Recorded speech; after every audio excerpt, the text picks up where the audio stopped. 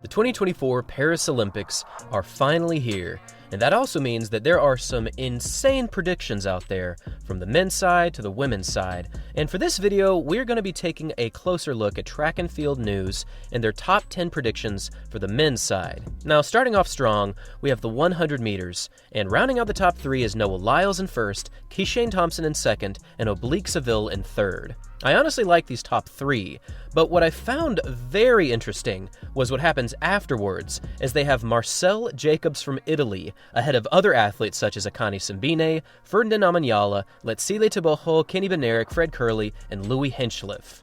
Now, when Jacobs is on, he is certainly on, and he is looking very fast this year.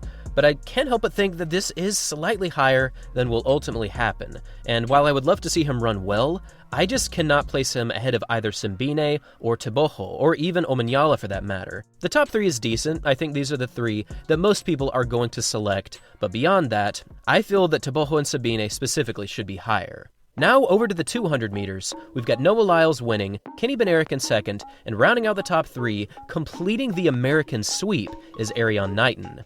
Honestly, this top 3 makes sense as well, and while I disagreed a little bit with the men's 100, I think this 200 list really is a good take. The only thing that I feel should be switched here is Teboho. I feel that he is in prime condition to run a very good 200, and I think he's ready to medal. I do not know where he will place, but I think that Lyles and Bednarek have to be the 2 favorites, so potentially Teboho could be in front of Knighton, but those 2 right now are honestly interchangeable. Now, the pick that I really like is Andre De Grasse in 5th. He is looking quite fit this year, he's the defending Olympic champion, and when he shows up and runs in the big moments, he is a very formidable opponent. And while I don't think De Grasse quite is at that level to make it on the podium again, 5th place is still very impressive, considering he's been around competing at the top since Rio.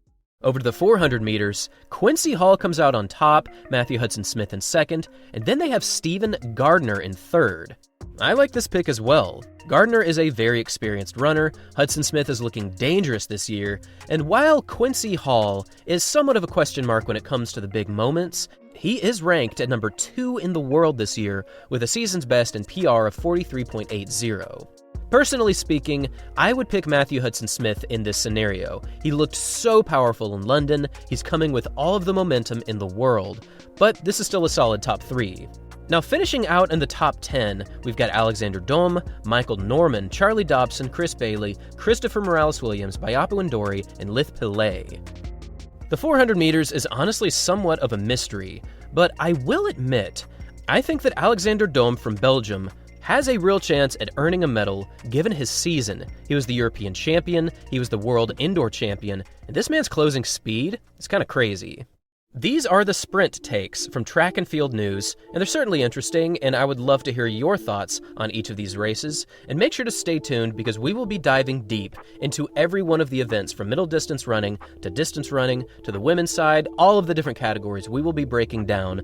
So this is just the first of many, so stay tuned and make sure to keep your eyes peeled for this year's Olympic Games. Thanks for watching, everyone, and as always, until next time.